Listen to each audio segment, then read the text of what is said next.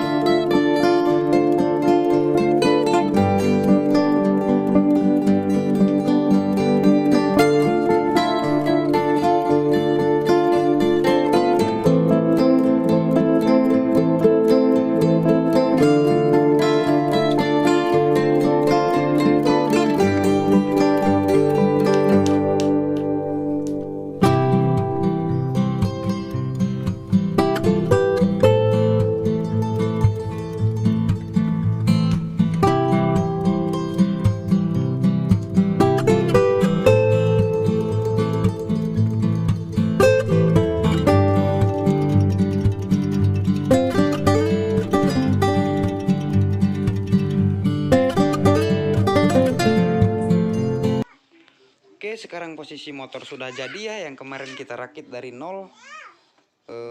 Yang di video